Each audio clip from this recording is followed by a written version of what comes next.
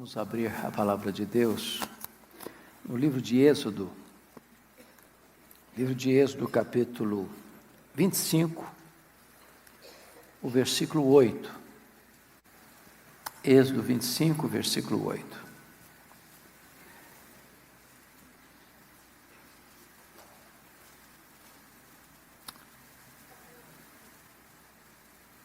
Eu peço à igreja para ler comigo este versículo, vamos juntos? E me farão um santuário para que eu possa habitar no meio deles. E me farão um santuário para que eu possa habitar no meio deles. Está aqui, irmãos, um dos versículos mais importantes da Bíblia. Compreender o que esse texto significa para nós hoje pode revolucionar nossa vida espiritual. A Bíblia diz que Deus criou o homem à sua imagem, à sua semelhança. Colocou este casal, homem e mulher, no jardim do Éden, lugar de delícias. E Deus tinha plena comunhão com este homem, com esta mulher, naquele lugar. Deus vinha conversar com eles. Mas eles pecaram contra Deus, perderam a comunhão com Deus, e o pecado separou o homem de Deus, do próximo, de si e da natureza. Quando Deus, na sua providência generosa, vinha ter contato com este homem, ele tinha medo de Deus. As teofanias, as apresentações de Deus, causavam neste homem, muitas vezes, pavor. Então Deus toma uma decisão fundamental, romper isso, e mandar Moisés fazer um santuário, para que ele, Deus, o glorioso Deus, o santo Deus, pudesse habitar no meio do povo. Notem vocês que não é o homem quem procura Deus, é Deus quem procura o homem. É Deus quem desce. É Deus quem toma a iniciativa de vir habitar entre nós. Mas quando você vai examinar esta passagem, e esta passagem é o início de uma revelação progressiva, porque tudo isso aponta para frente, para a igreja, para você, que é o verdadeiro santuário de Deus, seu corpo que é a habitação de Deus. Mas esse texto está aqui para nós como um exemplo, como um tipo, como um modelo daquilo que Deus vai trabalhar e vai fazer até desaguar, até desembocar nesta plena revelação, quando a Bíblia diz que você é a morada de Deus.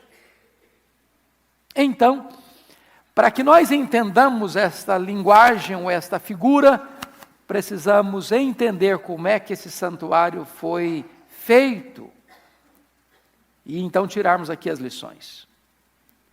Quando Deus diz para Moisés, e me farão um santuário para que eu possa habitar no meio deles, Deus deu a planta, detalhes, rigorosamente detalhado o que Moisés devia fazer. Moisés não tinha liberdade de fazer nada da cabeça dele, nada do gosto dele, tudo foi dado por Deus, precisamente como ele deveria fazer, porque isto apontava para a igreja, para você e para mim.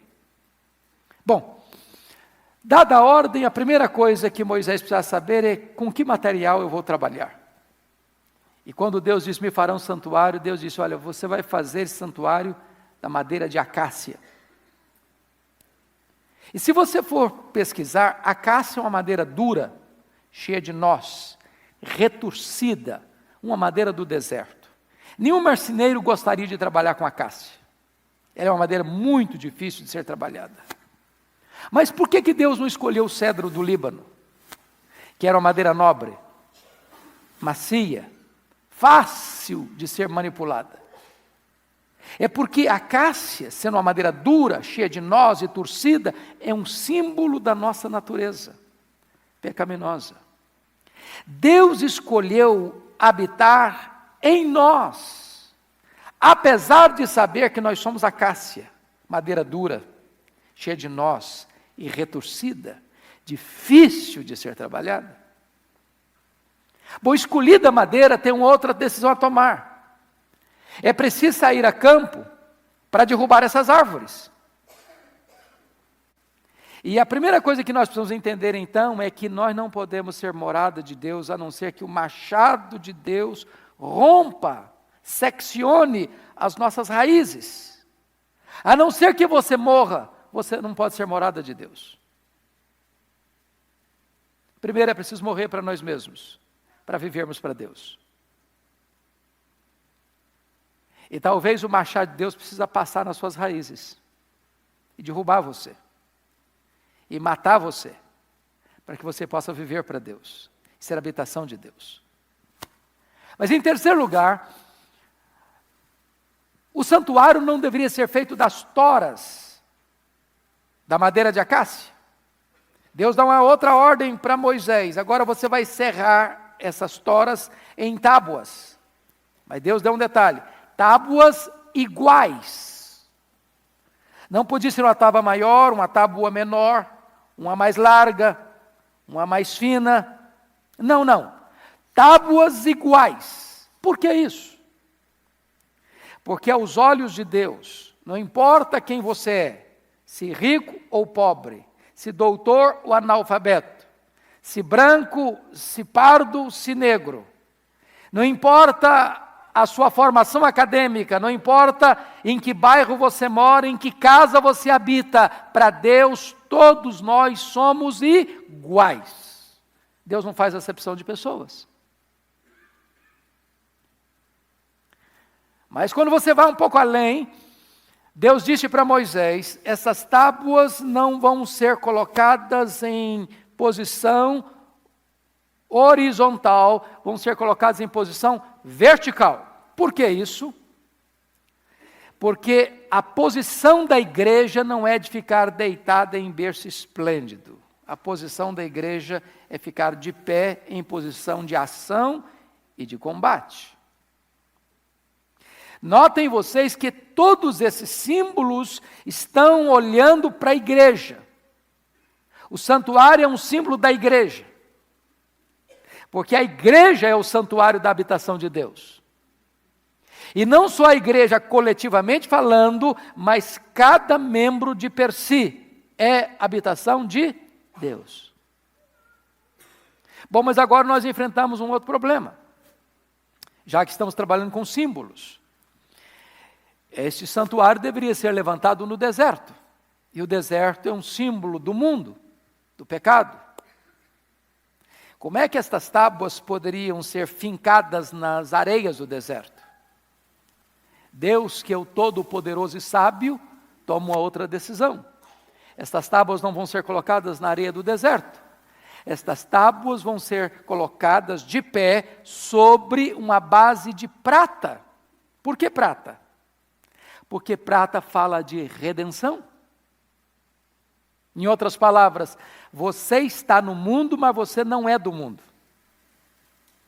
Entre você e o mundo há uma base de prata. Entre você e o mundo há a cruz de Cristo. Você é como uma canoa dentro de um rio. Você está no rio, mas o rio não pode estar dentro de você. Jesus Cristo disse: eu não rogo que os tires do mundo, mas que os guardes do mal. Porque entre você e o mundo precisa ter a base de prata, a cruz, a redenção. Você foi tirado do mundo, você foi enviado de volta ao mundo, mas você não é do mundo, e no mundo você deve ser a luz de Cristo. Agora nota outra coisa, dentro da simbologia do santuário, porque tudo isso aponta para a igreja e para você.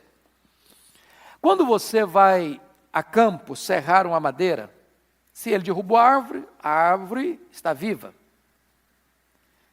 A madeira está verde. E quando você serra uma tábua, uma tora verde, e as tábuas ficam verdes, daqui a um tempo, o que acontece com essas tábuas? Elas encolhem. Se você colocar uma do lado da outra, daqui a pouquinho o que vai ter? Fenda. O que Deus mandou Moisés fazer, sabendo disso? Mandou fazer engastes nessas tábuas. De tal maneira que essas tábuas não estavam apenas juntas, elas estavam aliançadas, presas umas nas outras. Não dá para separar uma das outras. O que significa isso? Irmãos amados, nós somos mais do que um agrupamento de crentes. Nós somos uma família. Nós estamos não só juntos, nós estamos aliançados uns com os outros. De tal maneira que, quando um se alegra, todos se alegram com ele. Quando um sofre e chora, todos devem sofrer e chorar com ele. As vitórias de um são a celebração dos outros, e as tristezas de um são as lágrimas dos outros. Por isso, amados, é sinal de esquizofrenia espiritual você ver um crente batendo o outro, machucando o outro, ferindo o outro, agredindo o outro, falando mal do outro. Nós somos um só na presença de Deus. Deus resolveu colocar um engaste para que nós estivéssemos não só perto uns dos outros, mas aliançados uns com os outros. Bom, agora essas tábuas estão de pé. Vejam comigo esse santuário pronto. Quem olha de longe vê a acácia. A acácia é símbolo da natureza pecaminosa, dura, cheia de nós e retorcida. O que é que Deus faz? Deus manda Moisés cobrir todas essas tábuas, que agora estão formando o santuário, de ouro puro. De tal maneira que quem olha não vê mais acácia, quem olha vê ouro. O que significa isso? Significa que você e eu, que somos pecadores, fomos justificados e fomos revestidos com a justiça de Cristo. Quando Deus olha para nós, Ele não vê mais o nosso pecado, Ele vê a justiça de Cristo imputada a nós. Quando Deus olha para nós, a acácia, que é símbolo da nossa natureza humana, foi tragada pelo ouro, o ouro da glória de Deus. Louvado seja o Senhor, Deus vê você na perspectiva do Filho. A justiça do Filho foi colocada em você, você foi coberto por ela. É por isso que a Bíblia diz que não tem mais nenhuma condenação para aqueles que estão em Cristo Jesus, nosso Senhor. É assim que Deus olha você, coberto de ouro puro, coberto da sua própria glória. Mas, amados irmãos, se esse santuário fala da igreja, o que acontece nesse santuário trata da redenção e do testemunho da igreja. Se não, vejamos. Esse santuário tinha 3 partes. Tinha o átrio, tinha o lugar santo e o santo dos santos. Aqui no átrio, haviam 2 mobiliários. Primeiro, o altar de bronze. Por que altar de bronze? Porque bronze fala do juízo. Era aqui no altar de bronze que o cordeiro era sacrificado. O sangue era vertido. Em outras palavras, nenhum sacerdote podia entrar nesse santuário para adorar a Deus, a não ser que primeiro passasse pelo altar de bronze, pelo altar do sacrifício. Você sabe o que significa isso para nós? Ninguém pode adorar a Deus sem primeiro passar pela cruz. A não ser que você esteja coberto com o sangue de Jesus, limpando, purificando você, você não pode ser um adorador. Primeiro precisa passar pelo altar de bronze. Ninguém entra no santuário sem passar por lá. Ninguém é a habitação de Deus sem passar por lá. Ninguém presta culto a Deus sem passar pela cruz. Mas ainda depois do altar de bronze, ficava também no átrio um outro mobiliário que era a bacia de bronze com água. E o sacerdote, antes de entrar no lugar santo, tinha que lavar ali nessa bacia as mãos e os pés. O que significa isso? Significa que, embora você já foi justificado, você continua pecando. Não é verdade isso? Você tem dúvidas de que você é pecador? Qualquer pessoa que tenha percepção da vida sabe que nós pecamos. Ainda. Palavras, ações, omissão, pensamentos. E quanto mais perto de Deus você está, mais consciência você tem disso. Quanto mais longe de Deus, menos consciência você tem disso. Então, para que você chegue à presença de Deus para adorar, você tem que ter mãos limpas e pés purificados. Você tem que passar constantemente por esse processo da santificação. Aí quando o sacerdote passava pelo altar de bronze, pela bacia com água, aí sim ele entrava para o lugar santo. E diz a Bíblia que ali tinha 3 mobiliários. Primeiro, a mesa com os pães da proposição. Esta mesa fala-nos de Jesus. A primeira coisa quando você entra para adorar, como você veio aqui nesta manhã, é que nós viemos aqui para nos alimentar de Jesus. Ele é o pão da vida. Ele é o verdadeiro pão que desceu do céu. Nós precisamos nutrir a nossa alma desse pão. Mais de Cristo eu quero ter, é o hino que cantamos. Mas depois que você passa pela mesa dos pães da proposição, aqui do lado fica também o altar de incenso. E esse incenso era queimado de manhã e de tarde. Esse altar, esse fogo não podia ser apagado, porque esse altar de incenso fala de oração, que sobe do altar para o trono. É quando você se alimenta de Cristo, é que você tem comunhão com Deus por meio da oração. Você não chega até Deus pelos seus esforços, você chega até Deus quando você está em Cristo, e então você ora, e as suas orações sobem como aroma suave à presença de Deus. Mas quando você se alimenta de Cristo e busca a presença de Deus pela oração por meio de Cristo, aí você vai para o terceiro elemento, que era o candelabro, com as suas hastes, com luz. É quando você se alimenta de Cristo e quando você tem vida de oração, é que você pode brilhar e testemunhar ao mundo, como luzeiro, neste mundo tenebroso. E me farão um santuário para que eu possa habitar no meio deles. Mas havia uma cortina entre o lugar santo e o lugar santíssimo. Só o sumo sacerdote podia entrar além daquela cortina, uma vez por ano, com sangue. E lá dentro desta área chamada de Santo dos Santos, os sacerdotes não podiam entrar, só o sumo sacerdote, uma vez por ano. E ali só tinha uma peça, chamada Arca da Aliança. Se o santuário fala da igreja, a Arca da Aliança fala de Jesus. Sabem por quê? Porque Jesus está em nós, Cristo em vós, e a esperança da glória.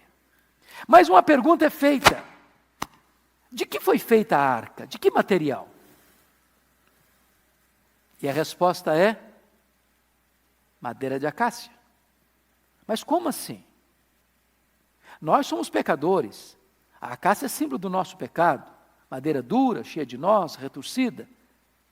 Mas Jesus não tem pecado. Então por que a arca foi feita de madeira de acácia? É porque ele, não tendo pecado, se fez pecado por nós. Quando ele foi para aquela cruz, Deus lançou sobre ele a iniquidade de todos nós. Ele foi feito pecado por nós. Ali na cruz, ele era todo acácia. O meu, o seu, o nosso pecado foram lançados sobre ele. Mas esta arca também foi toda coberta de ouro, porque ele pagou o preço pelos nossos pecados, adquiriu para nós eterna redenção, e nele nós somos perfeitos aos olhos de Deus. Dentro desta arca tinha 3 coisas. Primeiro, as tábuas da lei. Segundo, o vaso com maná. Terceiro, a vara de Arão que floresceu. Esses 3 objetos dentro da arca falavam de Jesus. Ele é a verdadeira palavra de Deus. Ele é o verdadeiro maná, o pão do céu. E ele, ao morrer, tornou-se vara seca. Mas ao ressuscitar, a vara seca floresceu. Ele é a nossa esperança. Ele habita em nós. Tudo isso apontando para aquilo que nós hoje deveríamos ser. Depois desse tabernáculo que era móvel, veio um templo que é fixo, e essas mesmas verdades estão presentes. Mas chegou um dia que Deus deu um passo a mais, e está escrito: e o Verbo se fez carne e habitou entre nós. O próprio Deus, agora não por meio de símbolos, mas da sua própria pessoa desceu. Vestiu pele humana, calçou as sandálias da humildade, pisou o nosso chão, bebeu a nossa água, comeu o nosso pão, sentiu a nossa dor, chorou a nossa lágrima, carregou sobre si o nosso pecado. Ele pessoalmente veio morar conosco. E ele veio para não apenas falar acerca de Deus, ele veio para mostrar Deus. E vimos a sua glória, glória como do unigênito do Pai. A ponto de Jesus dizer: quem me vê a mim, vê o Pai, porque eu e o Pai somos um. Oh, que verdade bendita, irmãos, Deus se aproximando, Deus buscando, Deus nos atraindo com cordas de amor. Mas Jesus Cristo disse para os seus discípulos lá no cenáculo: convém que eu vá, porque se eu não for, o Espírito Santo não virá. Eu irei para o Pai, mas enviarei sobre vós o Espírito Santo. Bendito seja Deus, porque agora Deus dá mais um passo. Agora esse Deus não veio apenas habitar entre nós, esse Deus veio habitar dentro de nós. Porque ao enviar-nos o seu Espírito, esse Espírito veio para morar em nós, para habitar em nós. Porque tudo isso, desde Êxodo 25:8, apontava para esta máxima, gloriosa, esplêndida verdade: me farão um santuário para que eu possa habitar no meio deles. E eu queria que você agora abrisse sua Bíblia comigo, para nós entendermos o cumprimento pleno desta verdade. Está lá em 1 Coríntios capítulo 3. Abra aí, por favor. 1 Coríntios capítulo 3.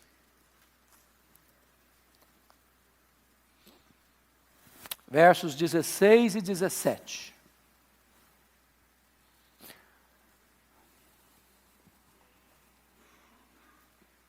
E eu quero conclamar a igreja a lermos com voz bem clara, bem nítida, bem eloquente, esses 2 versículos.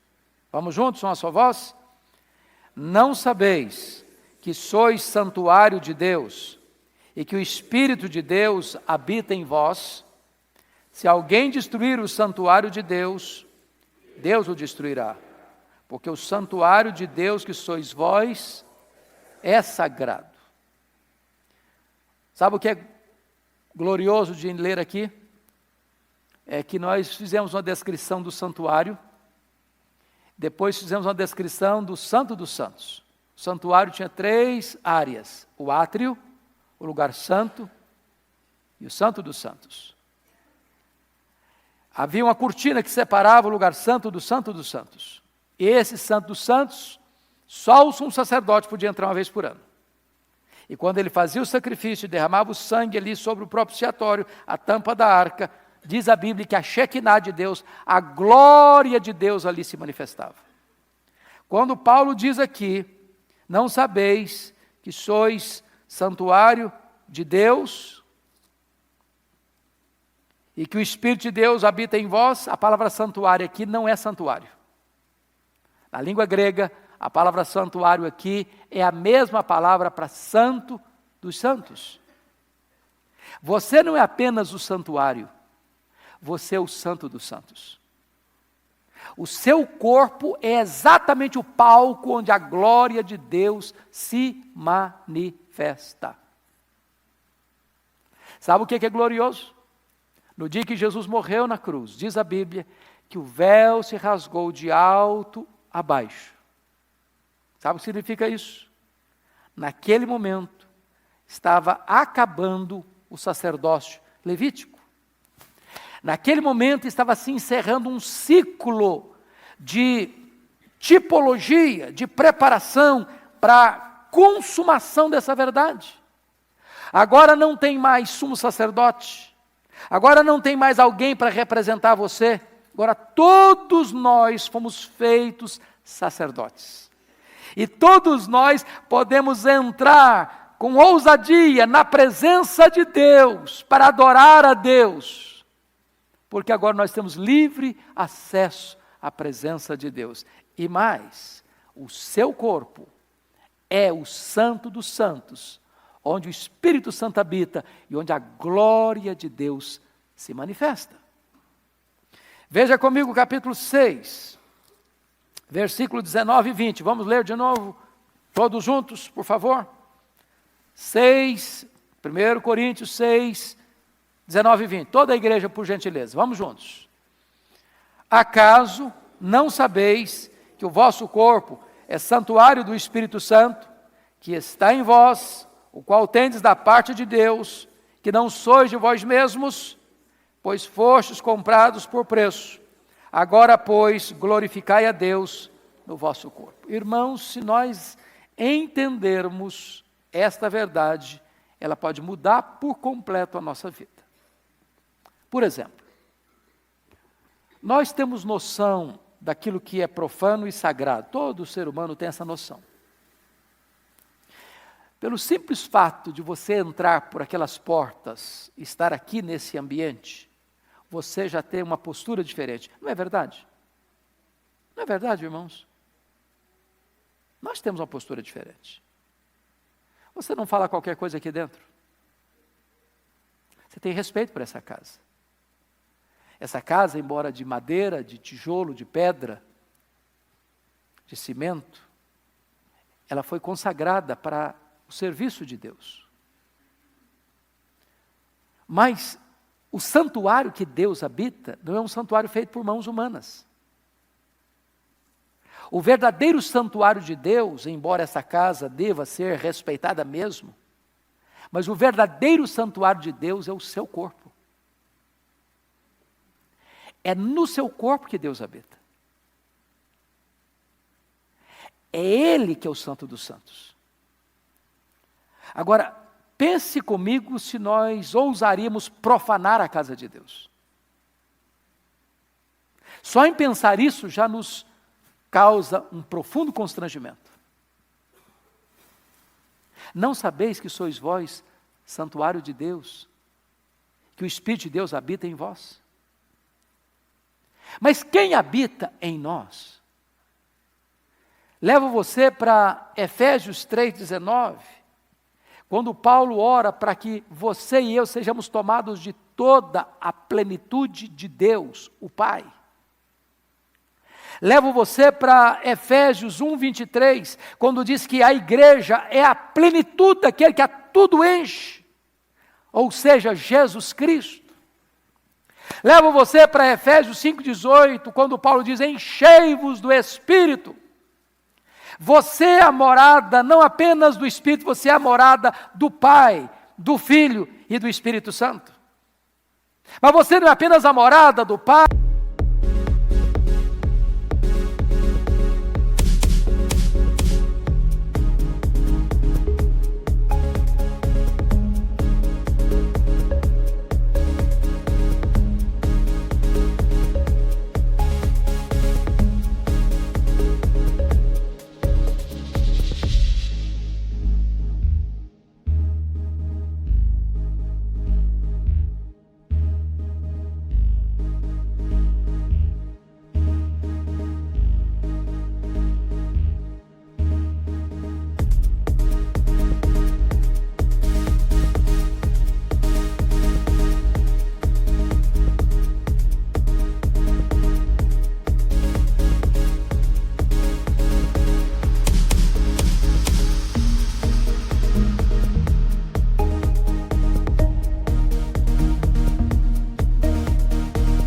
Pai, do Filho e do Espírito Santo, você é a morada da plenitude do Pai, da plenitude do Filho e da plenitude do Espírito Santo.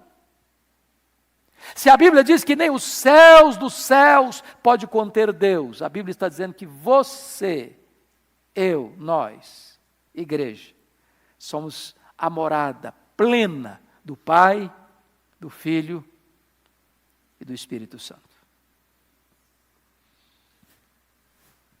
Somos vasos de honra. É verdade, frágeis, barro. Mas a grandeza desse vaso, desse santuário, não está no santuário. Está em quem mora no santuário. Temos em vasos de barro um tesouro. E esse tesouro é a própria presença do Pai, do Filho e do Espírito Santo. Oh, gloriosa verdade que foi revelada lá no passado, que se consuma em nós hoje e me fará um santuário para que eu possa habitar no meio deles. Que Deus nos abençoe. Amém.